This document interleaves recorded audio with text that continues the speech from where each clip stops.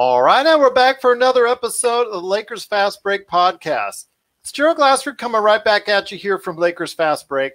Pop Culture Cosmos, Inside Sports Fantasy Football, and Game Source. We truly appreciate everyone out there listening to all of our shows. And if you can, please give us a 5-star review on Apple Podcasts. Plus, if you can like, share, subscribe, follow, or do anything that you can to support us right here at the Lakers Fast Break, the hoopheadspod.com, because that's a great place to go for the Hoopheads Podcast Network, and of course our great friends at Lakerholics.com. It is sincerely appreciated. Woo! Somebody is fighting mad today, but I'll tell you what, a great showing indeed by the Lakers when they kept their focus and poise, with Phoenix trying to get them out of their poise and trying to get them all riled up. It was to no avail, as in the fourth quarter, the Lakers did hold off a solid run by the Phoenix Suns and get, well, you know what? They get their first victory in the Staples Center in the playoffs, I think, since 2012, from what I hear. 2013. Man, that's a long time. But more importantly, it's the first victory in the Staples Center for a Los Angeles team this playoffs, because the other team couldn't do it. But it is a victory for the Lakers, and that is 109-95. And here today to talk about the game and all the great things that happened as far as AD. Excellent game. You know, we got to go over what he did in the game. He did a tremendous job indeed, taking command with 34 points, 11 rebounds. LeBron James, having his own personal duel with Jay Crowder, came out on top with 21 points and 9 assists, although a lot of turnovers, 7 turnovers. That's not good.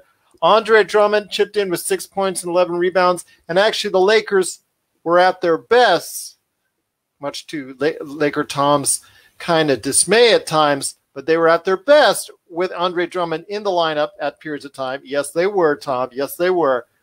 They got to the largest lead at times with him in the lineup. So I'm going to have to disagree with you on that one. But Dennis Schroeder came in with a solid 20 points, with him flying all around the place, courtesy of Devin Booker, and being tossed around like a rag doll between him and Jay Crowder. But he chipped in with a nice 20. And pretty much like I said, the Lakers held serve. Excellent defense on Devin Booker today. You couldn't ask for anything better than that. Chris Paul looks like clearly looks like he's hurt. Limited time, only 7 points. DeAndre Ayton, they still haven't found a way to stop him yet. But again, the Lakers are doing good on everybody else. Cameron Payne and DeAndre Ayton is not going to be enough. But here today to talk about the game. And hello, everybody watching out there. V. Garcia, you know what? V. Garcia loves you, LakerTom. He's your guy. But I'll tell you what, he is here. Well, my hats, I'm going to put them on a little bit of a rest siesta for a little while for today. I'll wear it again on Saturday. But here today to talk about the game is a good man indeed. He's the mastermind of Lakerholics.com. It is LakerTom. And LakerTom, you got to be satisfied with the Lakers win. Again, a lack of focus, which had the lead as high as 21, and got it all the way down to 8 because of a lack of focus, because they tried to go ahead and start doing a little bit too, celebrating a little bit too early.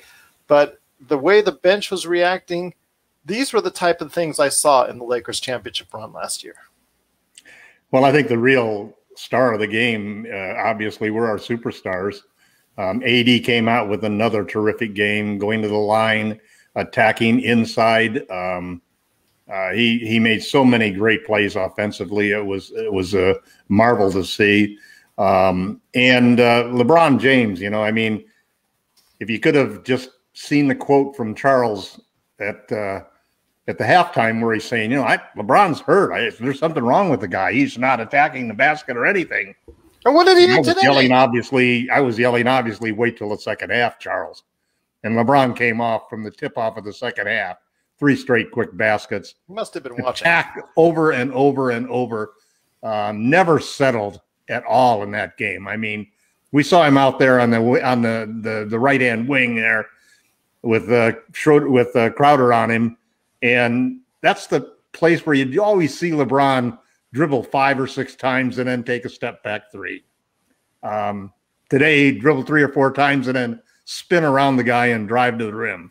So it was a great game. I thought that I did think that Drummond played a good game. He had a good block. He played well. But the real turnaround of the game was in the fourth quarter when our big lead had dripped down to 8 points. They had a big run. We built it up to 21. They got a 9-0 run. Then they actually got it down to 8 points, and Vogel went to 80 at center, and we scored 10 straight. Drummond was already out of the game. Drummond was already out of the game, well out of the game. He took Gasol out of the game. Yeah, Gasol. That's a different story. He replaced Gasol out of the game with Caruso, and the Lakers went with 80 at the 5. And that's when they built the lead back up to 20 at that point. Well, I'm going to say it worked initially with Gasol coming in for Drummond because he hit a three-pointer, and then they had that back-to-back three-pointers with him, Wes Matthews. It started to work a little bit, but then Gasol had a poor game really for the Lakers. He was the biggest plus. He was the biggest negative plus minus. I know. Again, let me finish. I said after that short little burst in the three-pointers that got them up, they went ahead and unfortunately slid down from there. Listen, this is the NBA. You got a guy, Cameron Payne. Talk about a guy who was out of the league last year and coming back like that. He's a good player. 3 straight threes sort of resurrected the Suns from their deathbed. And the Lakers did a good job of taking control of the game. I think the big disappointment that I had in the game was the little cheap shot and unsportsmanlike conduct by Booker at the end of the game. I thought was I've never seen him do that before, so I'm going to excuse him on it. Lost their composure. They lost their composure, and there were numerous other sort of cheap shots taken during the game. So it was a satisfying win from the Lakers' standpoint as far as I was concerned. LeBron schooled them on attacking the rim. We out-rebounded them by 16. We scored 20 more points in the paint, 9 more on the free throw line. So it was just a dominant performance by the Lakers, establishing 73% of the time the team that wins the third game, when it's tied 1-1, goes on to win the series. Well, I think the Lakers are going to win this series in 5. Well, definitely it's a good sign for the Lakers. They were dominant at times, and it was great to see. Phoenix, you can clearly see they lost their composure. You saw at times, I think it's the left shoulder of Chris Paul that was really hurt at dangling at some point in time during the game. He was really trying to go ahead and nurse that through, and you see he could not even stay on the court. AD took a shot. I hope his nose isn't broken because he took a shot early on from DeAndre Ayton after a basket made by DeAndre Ayton. I'm hoping that's not the case. I know that KCP, unfortunately, I think in the third quarter, if I remember correctly, he had to leave the game with what was being described as a quad contusion, and it was questionable if to come back. So it doesn't seem like it was anything really super bad, but he might be still held out on Saturday for precautionary purposes. But we'll wait and see on that. Schroeder, he hurt his ankle earlier in the game. He was tossed around like a rag doll later in the game. I mean, it was a rough game, very physical. That's what you like to see. And Phoenix was trying to match up with that. Jay Crowder very intently was trying to guard LeBron. But as you can see, LeBron was enjoying it. LeBron was having fun. You could start him seeing that walk. But then that took the game out of focus, I think, for the Lakers. They got, they just could not keep that rhythm that they once had to build that lead. So, when you play that game, sometimes you get burnt. But fortunately, the Lakers were able to bounce back. And in that last minute, Phoenix just lost all composure. And that built the lead back up out of sight. But here today as well for talking about today's game and also as well what's going to happen on Saturday. He's a good man indeed. You got to check out what he's doing at Lakerholics.com. It is the Magic Man, our resident NBA historian and guy who could probably have told you right off the top of his head that the last time the Lakers won at the Staples Center in a playoff game was 2013. And could also tell you that this is the first victory for an LA team in the Staples Center this year. Is Sean Grice, a.k.a. Magic Man. And Sean, 1 win in 3 tries for LA teams at the Staples Center is not that bad when it's the one by the Lakers. Absolutely, Gerald. It's a purple and gold victory. So, I mean, absolutely. You could style points in the playoffs for wins. They just count as a win or a loss. So I felt the game was choppy in the first half, thanks to Foster.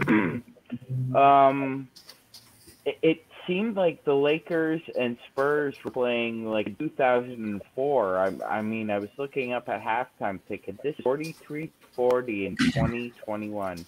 But then I remembered there are two top 10 defense playing against one another, and they're going to make adjustments. And for the hat, Monty, I mean, it looked like that bottleneck defense that he was running in that second quarter after AD dominated the first really stifled us. He had one or two guys ready in those seams just in case LeBron or AD wanted to turn the corner. And, you know, like Tom said, hats off to LeBron, AD, and Frank. They adjusted at halftime. Okay, you're going to bottleneck us. We'll figure it out. We'll break it up, and you'll fall into a million little pieces. And that's kind of what happened. Well, I'll tell you what, it was something that was good to see, that the Lakers had some fire, that they had something. To me, it's just all about aggression. Fire in the belly. When the Lakers have that aggression, they are substantially a better team than the Phoenix Suns. I mean, the Phoenix does not have the pieces around them. Absolutely, Gerald. And we have to be very pleased that during this season, Phoenix and Chris Paul have been kind of preparing their young players for the playoffs. Their pace of play is very slow. I'm just drinking for V. Garcia out there. I'm drinking my Victory chocolate milk, as I try to do when I have it in stock. So cheers to everyone out there. But once again, he's just trying to make it half empty. Yes. Well, I was positive. You got to admit, after game one, I was the one that was half full and you were the one that was half empty. So let's not go there. But well, LakerTom, I do want to go there with you when it concerns some of the things that we saw with the Lakers that need to be worked on, and that was the turnovers, a lot of turnovers. Was it 18 or 19 turnovers? 20 turnovers. That's way too many. LeBron had 7 all by himself, something the Lakers need to correct that gets that team. In fact, that part of that run you were talking about with Cameron Payne, a lot of it was due to Anthony Davis and LeBron James turning the ball over at very poor opportunities. That's something they do need to work on. But we've talked about this before during the season, where they have a propensity for the turnovers. I mean, for the Lakers, it seems to be their defense is the one rock-solid thing you can always lean on. The offense is the one thing that's not, because you saw today that the three-point shot's still not there.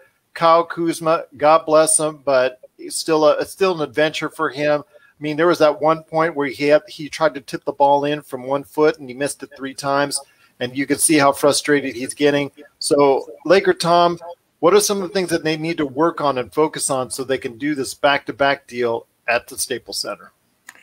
Well, you have to be thrilled with how good the defense is. When you take away Payne's last 3 3-pointers, 3 of 4 for the 3-pointers in the last few minutes of the game, we really held them down to a very low shooting percentage, both from deep and from the field. And it wasn't, it was good that we sort of went away from double teaming Booker so that they were getting all of these wide open shots. So they didn't have as many open shot attempts as they did before.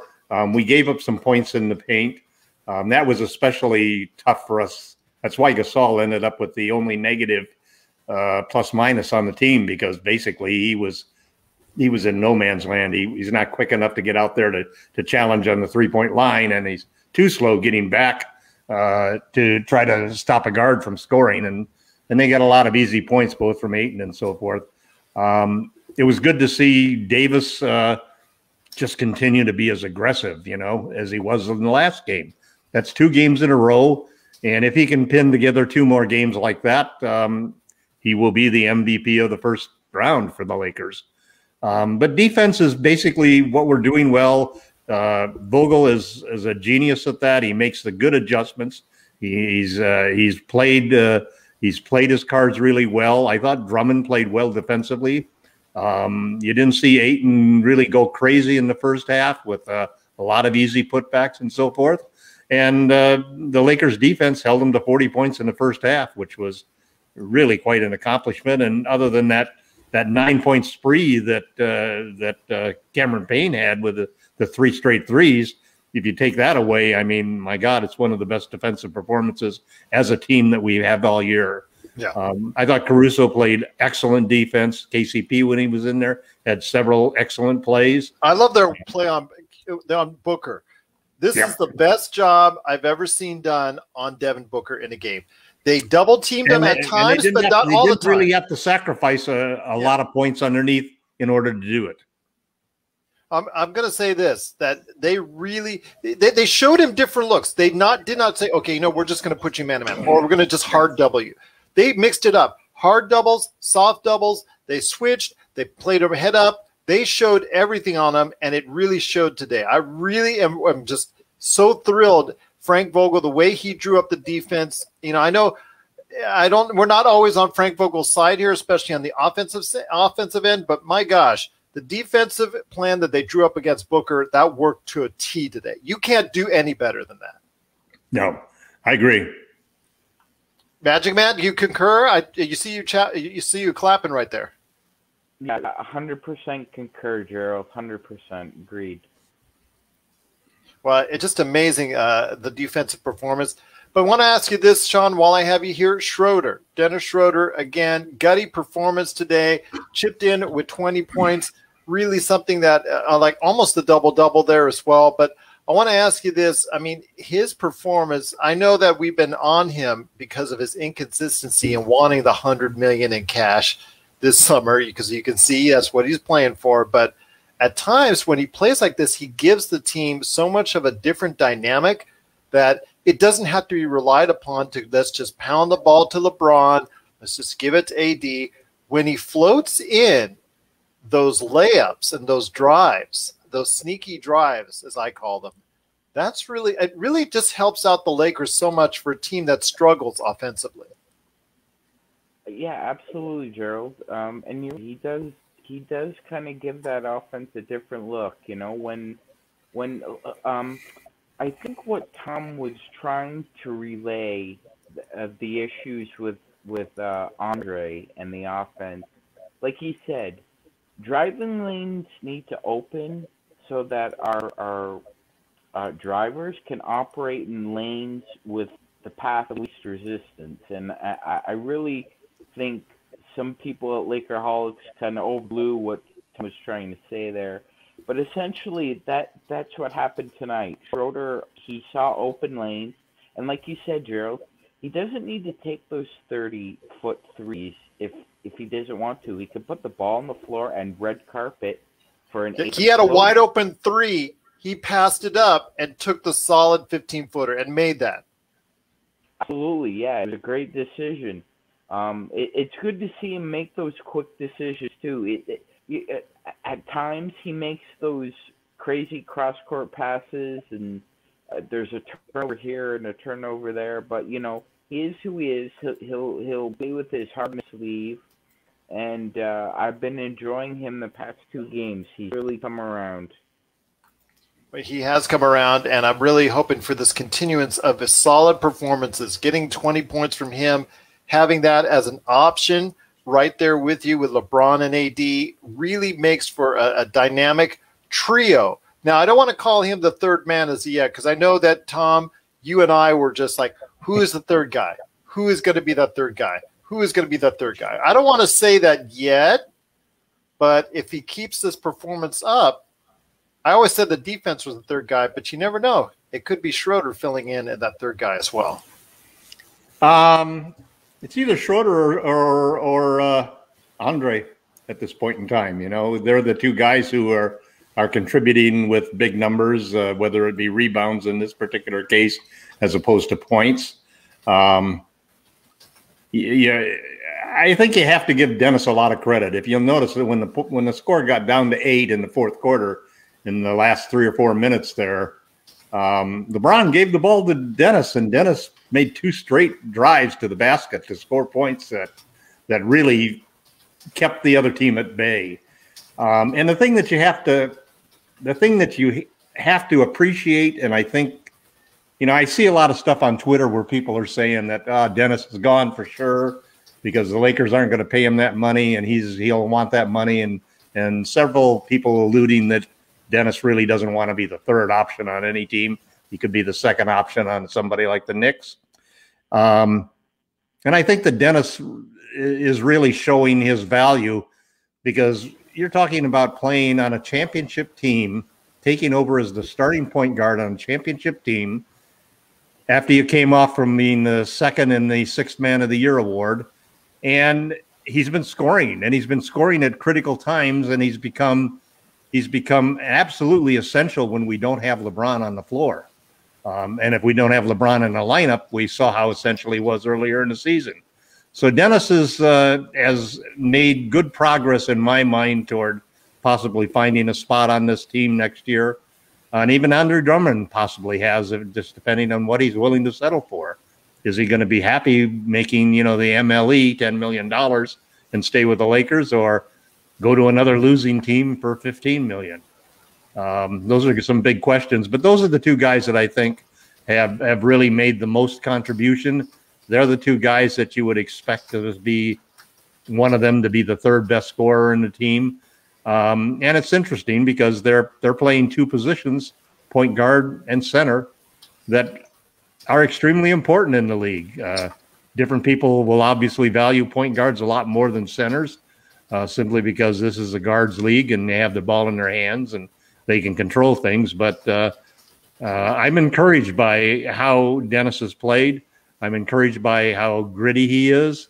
And most importantly, that we see in a game like this, even if it's just the first round, what the pressure is on some of the players when they have to take a shot. And Dennis is not afraid to do that. He's not afraid of the moment. He's not afraid of taking the shots at key points and times. And when you play on a team with LeBron James, you have to have guys who are willing to do that. Yeah, you do have to surround him with shooters in order to take advantage of his skill set, especially his great passing and playmaking. But at the same time, you also need guys who, when that ball is passed to them or LeBron gives them the ball, that they're not afraid of the moment and are willing to take those big shots, make that big drive when he has to, or play tough defense. So I think we're seeing a lot of good things from the Lakers. We're sort of getting into a mode, I think, and I think it's going to go through the next two games where the Lakers have basically used the first round series as the series to get themselves together, to figure things out, to get that core that they didn't have because because all four of the top guys haven't played together. LeBron, AD, and Dennis and Andre really haven't had many reps together as teammates. So you put them together, and it'll be interesting to see if KCP can't go, who's going to start in his spot on Sunday. I guess the next game is Sunday. Yes. No, it's Saturday. It's one-on-one every single day. Is it Saturday, really? I think so. Let me confirm that for you, and then I'm going right now to the schedule, as everyone can see. We're going to go right now to the Western Conference. No, it is Sunday. You're right. Okay, because the guy on TNT said it was like day in, day out, but no, it is Sunday. You're right. It is Sunday at 12:30 Pacific time. So that should have been the case because the Lakers are always prime time. That's well. They stated they didn't play the Clippers tonight. The Clippers play tomorrow night. Yes, that's correct. Which is good. The other game, fans can watch the Clipper game. And we'll talk here in a second about that. But I want to close out with this.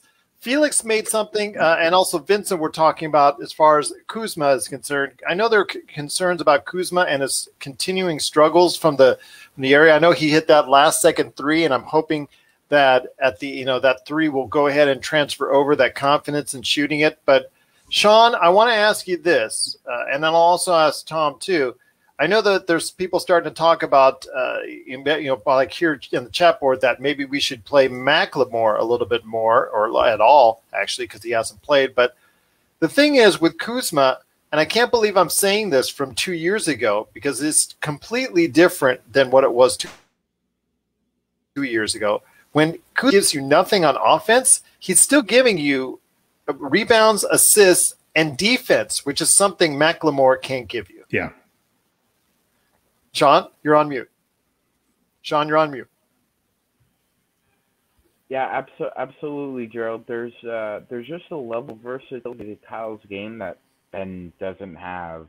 Ben can't do multiple things on the court to put us in positions to have successful possessions and sequences. And like you said, Kyle, even if Kyle's shot isn't falling, still running the floor, he's still rebounding, he's still focused on primary defense, he's still focused on being as good a help defender as he can be at times. So he is trying to affect the game as much as he can, even if the shot isn't falling. So that's a positive to see from Kyle as well. He's not just sitting bench and wondering, woe is me. I was kind of worried he'd do that this time around, but no, he seems very focused. And as far as getting more playing time, I mean, situation dependent, I'm sure that's possible, but I'm very happy with contributions we're getting from Wes Matthews. And, you know, Wes is the kind of guy that we're going to need if we do play a Mavs team, or we play Portland, or we play Denver, where he's going to have to lock an Austin River or Dame, or try to, in a telephone booth. You need a defender like that. Yes, yeah. Alex Caruso and KCP are great cornfield defenders. They're great chase down defenders. They can hound you, but you also need a guy who can stand his ground and make you work. And again, there's the versatility to Wes Matthews' defense that Ben doesn't possess. I agree with you on that, and so does Felix. Felix has strong words for Wes Matthews. Come up solid again today and hit a clutch three to spread the game out right there when we need it from both Gasol and Matthews. That really just lengthened that lead and just made it look like it was going to be an easy time for the Lakers until they lost that focus. So hopefully they will find that focus. It's going to be chippy again on Sunday.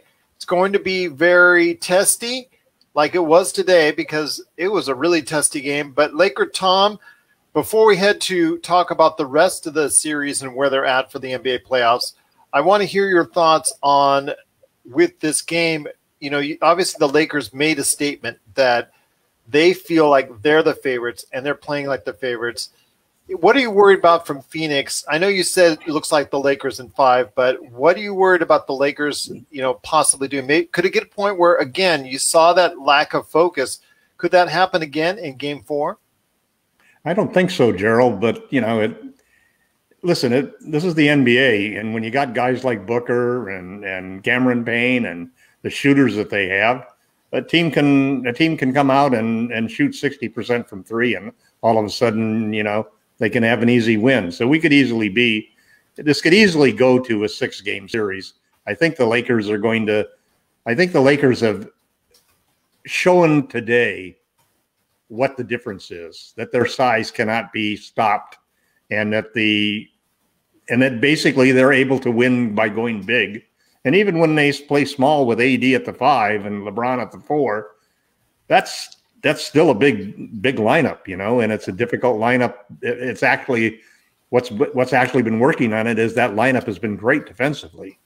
And it's the one lineup that shifts and can do the rotations that you don't get with Gasol because of his slowness, or you don't get with Drummond because of his sort of lack of sense of where he is on the floor. So I don't expect the Lakers to falter here. You know, I would guess that Admiral Akbar's next trap game is the first game of the second round series. Yeah, because it didn't work today. You know what? That's why he's probably not here tonight, is the fact that he's holding his head in shame because he thought the Lakers would fall into the trap today, but they didn't. Yep. It was the Suns that fell into the trap of the Lakers, and they lost their composure. And I'll tell you what, it was just a very, very great game overall for the Los Angeles Lakers. Very definitive at times. And this game should have been easily won by the Lakers by over 20 points. It was looking that way until they lost their focus. had they kept their focus, this should have been a 25-point win, easy. And you know what? The Lakers, though, they get the victory. And I'll tell you, I'll just say this: 109 to 95 over the Phoenix Suns. A great performance by the Lakers, and we're looking forward to the game on Sunday. And we will be here Sunday, so make sure you're tuning in with us right here, the Lakers Fast Break.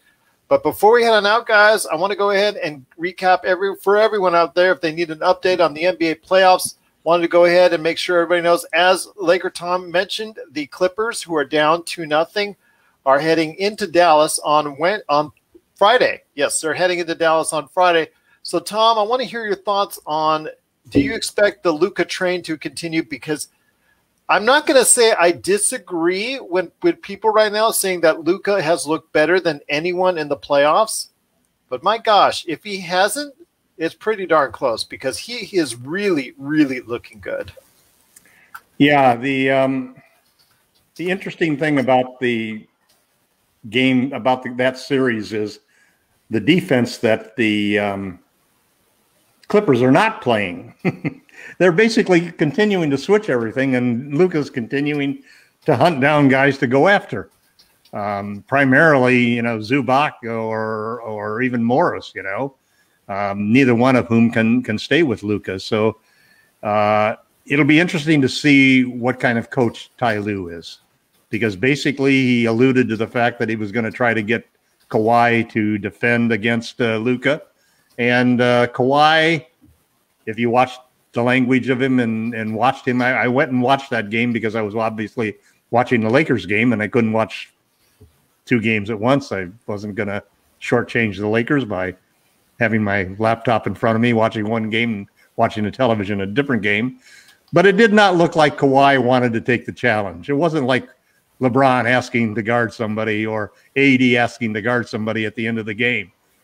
You don't see Paul George and Kawhi Leonard do that very often. And the strategy that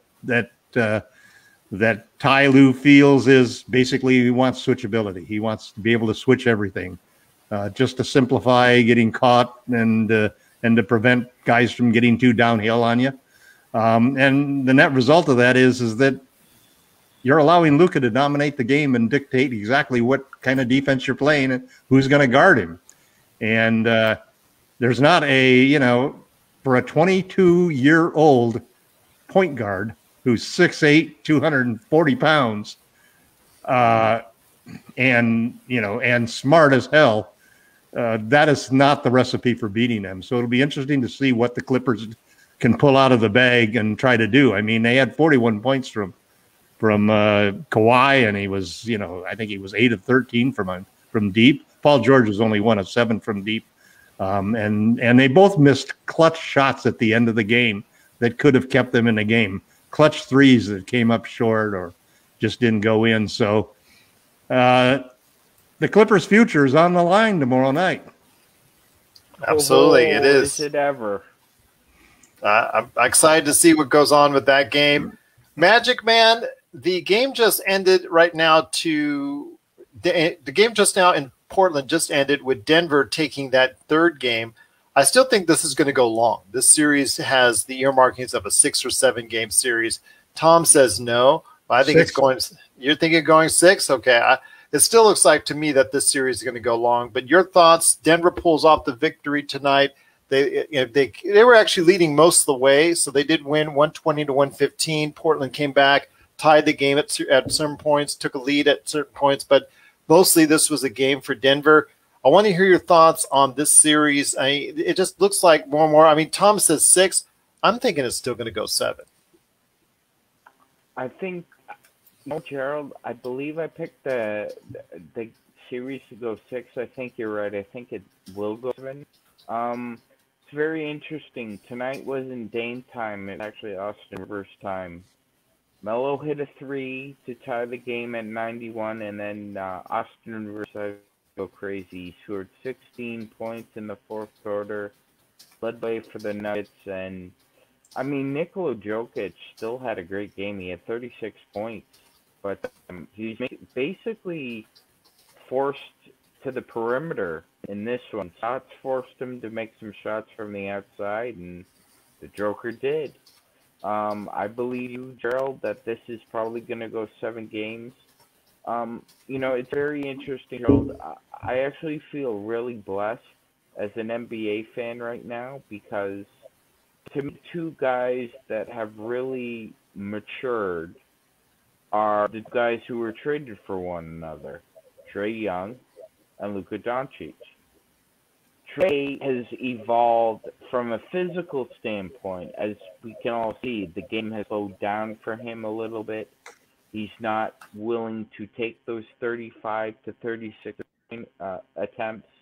He's willing to drive into the lane and try and get his floater going or try and get to the line. Luka, it's more mental. He's not arguing with the Clippers. He's really not arguing with the refs anymore. He's driving the lane and letting the refs make the call. After a while, you just have to do that as a young player. Kobe had to learn that. Michael had to learn that. Magic had to learn that. Bird had to learn that. They all usually yacked as young players.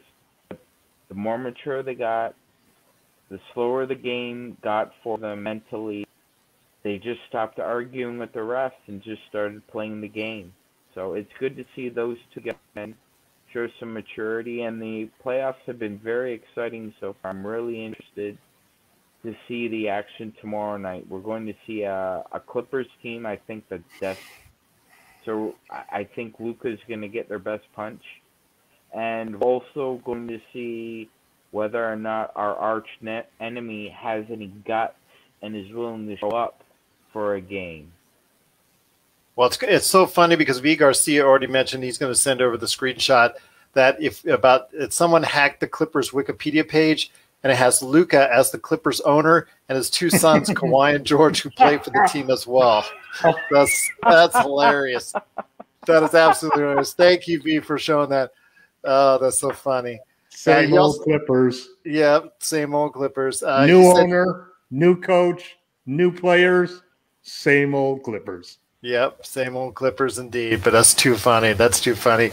V. Garcia is bringing it tonight, but appreciate everyone in the chat room. Vincent, Felix, everybody who said comments. Thank you so much for the thumbs up as always. This is the Lakers Fast Break. Let's go ahead and finish out the Western Conference. Utah and Memphis is tied going to Memphis, but to me, I think the momentum has finally shifted towards the sides of Utah after a impressive 141-129 victory, even with Ja Morant getting his playoff high and having an incredible game literally by himself, keeping the team as best he could within the confines of the game. But LakerTom, I have a feeling that this party is going to end, I think, unless Memphis can split one in Memphis. And I can't believe I'm saying that, but Utah, now that has Donovan Mitchell back, maybe everything is smoothed over. I'm not so sure because we talked about that the other day about how he was held out, was livid about that, but he came back strong, looked very healthy to me. That's all I'll say. Yeah, I think that I thought Mitchell looked very good, His shots seemed to be hitting well. Part of me says that the series is over just because it's, they stole that game in Utah, the first game without Mitchell, and now they're going back home. But the other side of me has always been impressed all year long with. Actually, I've been impressed all off season. Even the front office of the Grizzlies has done a terrific job, and the moves that they've made and the team that they put together, I think is underappreciated and underestimated. So. I still think that they can win one of those 2 games in Memphis and go back 2-2, and then that makes Game 5 the determiner of that series. And ideally, it's hard to imagine that Utah can not win that series just because there's so much more talent that they have, and they have veteran experience, so they have continuity that very few teams have, especially in this COVID-influenced year. But I wouldn't count the Grizzlies out. I still think that there's a chance that they could come back and make some noise. Well, I wouldn't count them totally either. We'll see what happens in Memphis. They do have to take at least one of those 2 games. Otherwise, It will be over. Could be worse. You could be in Miami right now, but well, you could be ahead, 0-2. Sean. You could be 0-2. Or 0-3 like it is in right. Miami. Go ahead, Sean, before we head over to the Eastern Conference. Oh, actually, Gerald, because I wanted to talk about the NBA's biggest disappointment this year. But please go ahead. Let's go to the East. Okay, because at the very end, I do want to touch on the crowd and issues with as far as the crowd and the way they're reacting. But we won't touch on that until the very end because there's some things I'm concerned about in seeing some trends, not only in 1, 2, but 3 games that have been played this week. Very disappointing as far as, especially with the fans all coming back to the arenas. And what I was very fearful tonight at the end of the Lakers game that the Lakers fans would do and follow suit, especially after what we've seen the past couple of days. But again, we're going to touch on that a little bit. But let's hit to the Eastern Conference, Sean.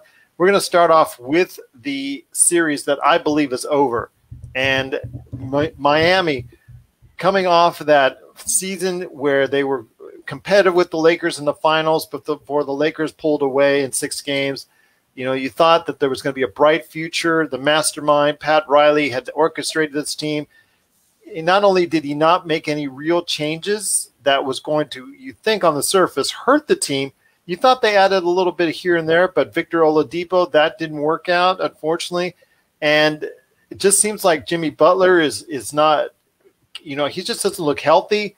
People talk about LeBron, people talk about AD, people talk about Chris Paul not looking healthy. After a 3-0 series lead with another huge win in Miami for Milwaukee, I think people need to start throwing some question marks at what's going on in South Beach. Absolutely, Gerald. I thought a couple of guys on that team would turn a corner this year, even with the extended bubble stay and the finals appearance. But Tyler Hero has to be the NBA's biggest disappointment this year. Tyler Zero. Yeah, Tyler Zero. You should have included him in that trade. Yeah, there were a lot of rumors in the summertime, Gerald, that, look, Hero is a pretty good player. He's got a nice shot. He's got a little bit of a dribble to him, but he's not Devin Booker in the making.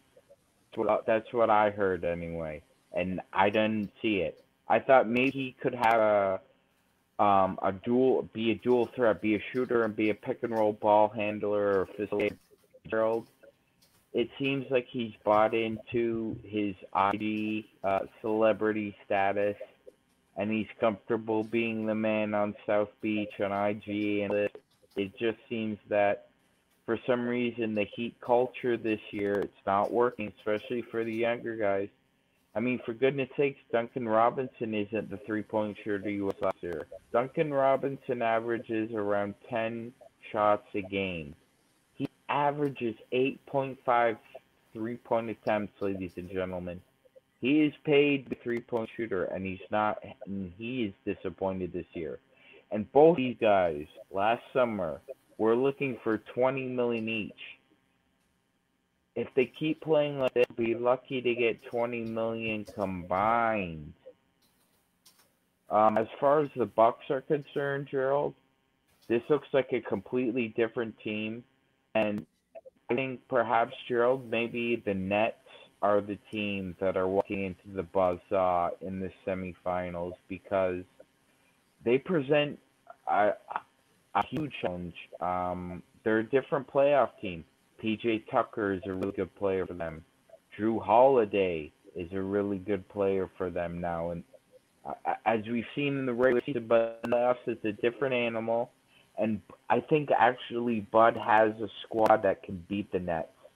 So they just play with an edge that I haven't played with before. I haven't seen them play with this kind of edge before. So if they can bring that intensity to that second round, if I was the Nets, I'd be very concerned.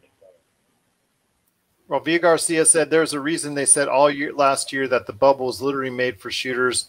That's why guys like Hero and Duncan shine, Reality hit, and Mickey Mouse's gym wasn't there to save them. Something's going on in there. Something's amiss, and we see that right now. Yeah, it's gone to their heads, and see what happened.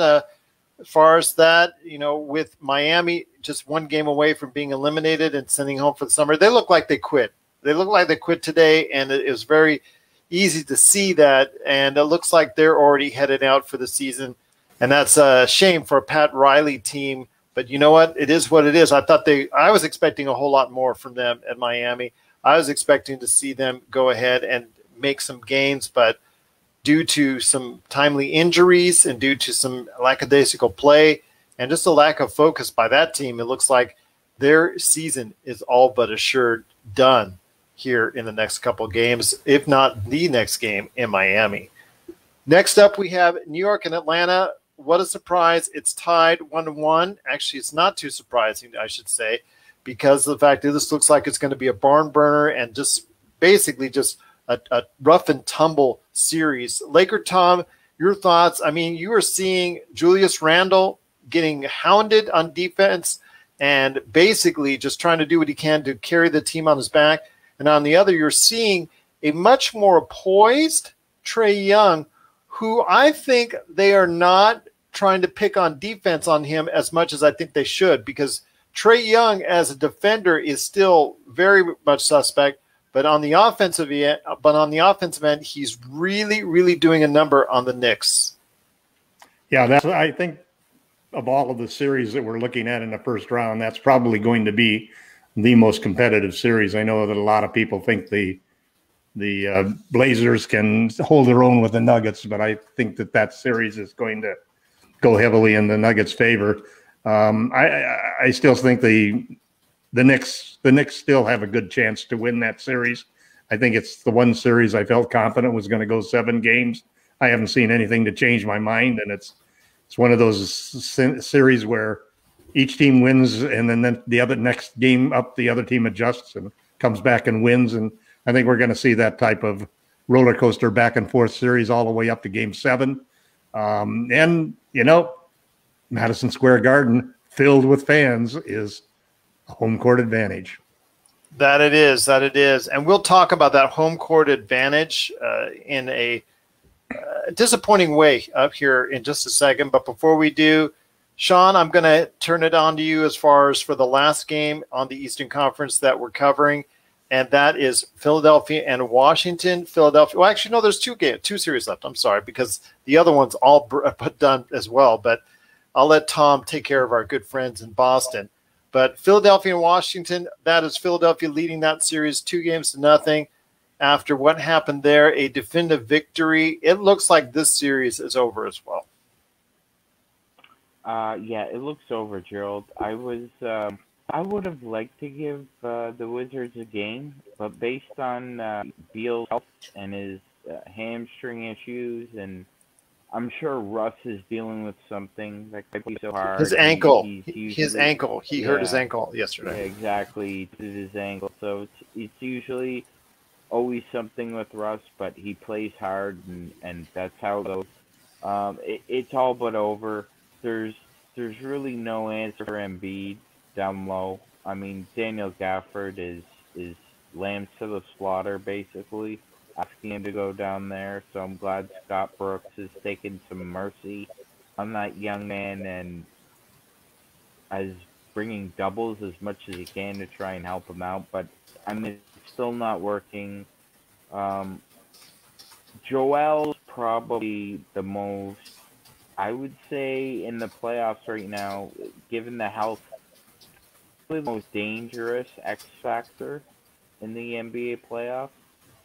If he's going full bore, Brahma Bull, Joel Embiid, I don't think there's anything stopping Philly in the playoffs. However, we're just going to have to wait and see, because there's a test coming up for them in the second round. I'm not sure if it's going to be Atlanta or New York, but that's not a gimme series for them either. They're going to have to work to win that series.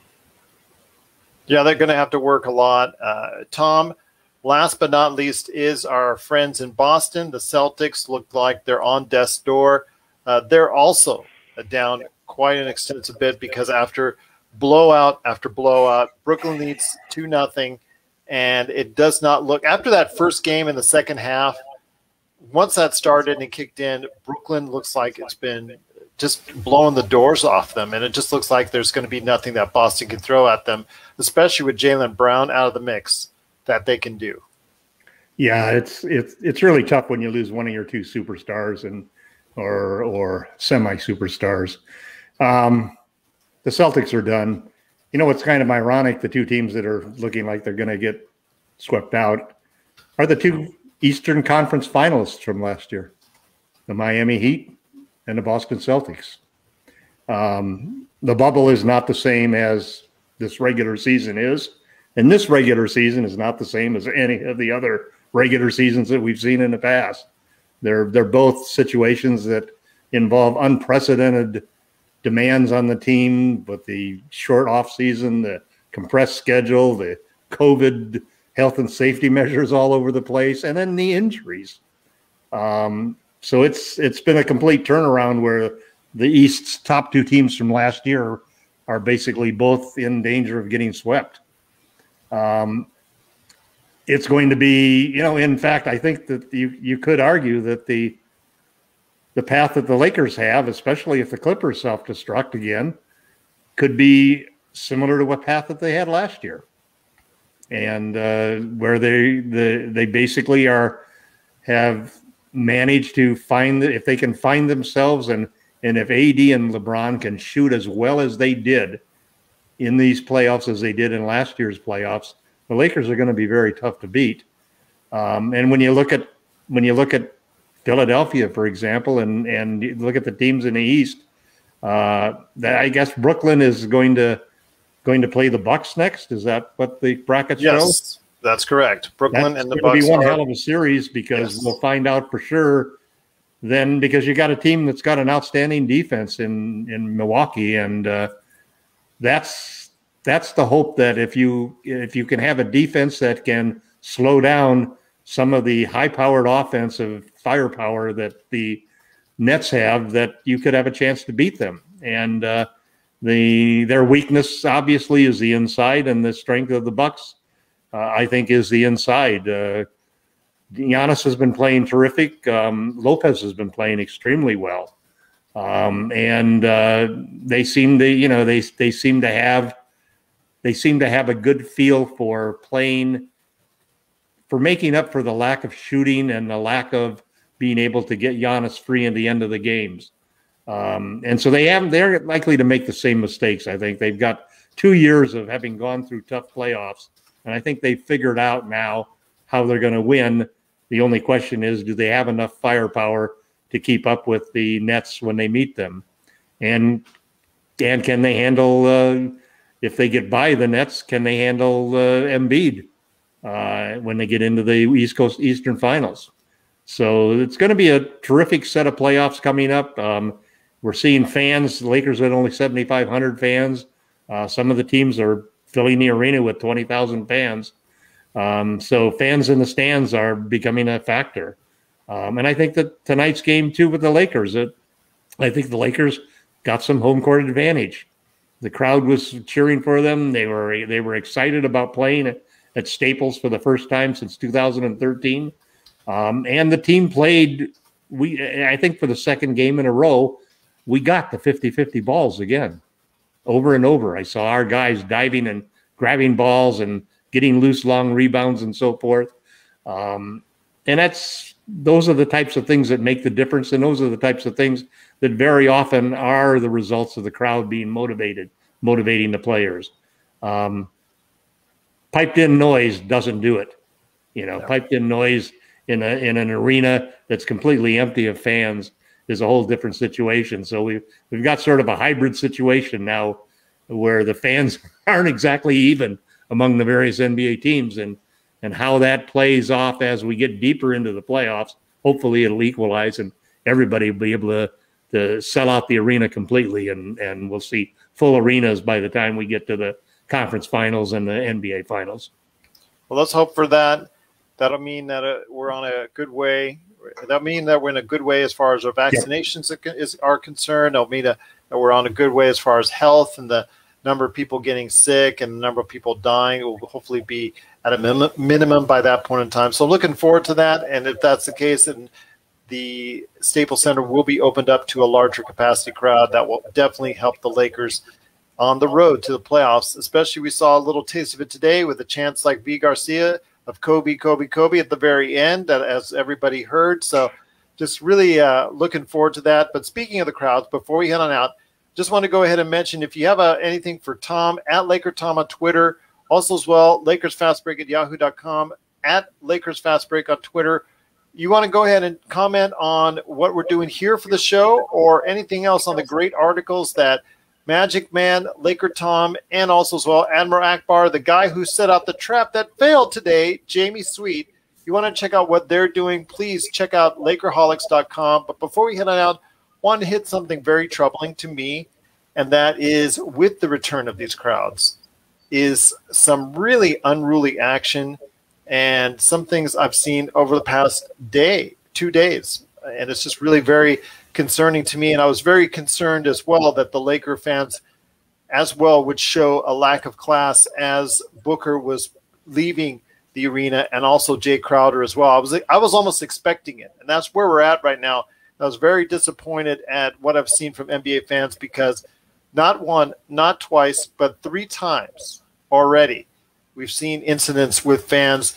Going to first start off the most probably visible was the throwing of popcorn at Russell Westbrook by Philadelphia fans. I know we've heard the things said before about Philadelphia fans, but throwing popcorn at someone who just got hurt, I think that showed a lack of class there. That individual was tossed, and I think his season tickets were revoked. That was a very shameful thing. We also saw with Ja Morant's parents trying to watch the game in Utah, not once, not twice, but 3 individuals there shouted racial or sexual just insults at the family, at Ja Morant's mother, and also Ja Morant's father, and they were all escorted out of the game. And then the third incident was also there. Just escapes me. Which one was it? Was a third incident. Trey Young, yes. In New York, after the game, Trey Young was spit on by a New York fan. And actually, they didn't hit Trey Young. They hit the Knicks players. Yeah, but it was meant for Trey Young, and just to see that. Yeah, and I understand New York Knicks fans have that issue as well as far as that reputation is concerned, but I think we need to go. I think we need to grow beyond this. I think we need to be a little bit more level-headed. And also, the thing that disturbs me most is the Utah one, because the fact that there were children that were identified in the articles that were present and nearby during this, as these racial and sexual things were said to Ja Morant's family. And just the lack of class in order to do that is deplorable. It's just truly tragic. But guys, before we head on out, I'm going to start with you, MagicMan. When you hear or read things like this, I understand we all love to go, hey, rub it in your face, ha, ha, ha, ha, ha, like I do. You know, I go over the top sometimes, but I never go beyond that line. I never go there to a dark place like that. That's just wrong. No matter how much we wanted to go ahead and rub it in on Jay Crowder and Devin Booker, we just wouldn't go that far. Absolutely not, Gerald. I thought Kevin Herter of the Hawks well today when he said, I'm 7. I played in New York in Rutgers Park against some of the toughest competition that the city and the country has to offer. But let me tell you something. If somebody said something to me or threw popcorn at me and there were no security barriers and there were no security guards, he said, you fans wouldn't have the guts to say anything to us, to throw anything at us. And he's absolutely 100% correct, Gerald. And I'm with you. We've reached a level in society now where just we have to just expect basic form people, and that's not asking a lot. It's not asking a lot for somebody to keep their hands to themselves. Eat your popcorn. If you don't want to eat your popcorn, throw it in the garbage. But as soon as you decide to throw something at someone, you're opening yourself up to a huge can of worms. And Gerald, I agree with you. I think I'm worried that there's going to be an incident that's precipitated by all of this that completely, and then everybody's hurt by that. The NBA. Well, we've seen it before, my friend. The malice in the palace. The malice in the palace is the best example or the worst example of how far it can go. And I'm afraid it could get to that point as well, especially in the environment that we're in right now with all the tensions that have been created, all the anger that's been come to fruition. And it's really, we're at a point, like V. Garcia saying, that they think people that can get brave and that they're knowing that there'll be no retaliation. And, you know, whether you're a keyboard warrior shouting insults on your computer, or if you're out there saying what you think you can say, anything, there is a line you cross. And if you cross it, going to have to expect something being done. And V. Garcia wanted to clear it up. The 76ers fan wasn't a season ticket holder, but he was banned for life. And the Trey Young incident, that fan was a season ticket holder and was banned for life. So I wanted to clarify that. They, at least that's the idea. That's banned for life. I appreciate them doing that. You know, it's good that they responded so quickly. But LakerTom, truly disappointing that we're starting to see this as crowds. Crowds should be ecstatic that they're getting back to somewhat a semblance of life, that they're getting back into the arenas. They should be happy about that. And obviously, the tensions of the playoffs are a little bit more, but there's no need to go to the places that they're going. Well, you know, it's in many ways the NBA fans are a microcosm of our society. And what has to happen in these situations, in my opinion, is, and hopefully this is what happens in Lakers crowds, is that the people that are doing these things cannot be allowed to behave like that. And the other fans have to intercede and say, that's enough. You don't do that. It's no different than good cops getting in the way of bad cops doing bad things, or politicians supporting things that are for the right reasons rather than for the wrong reasons.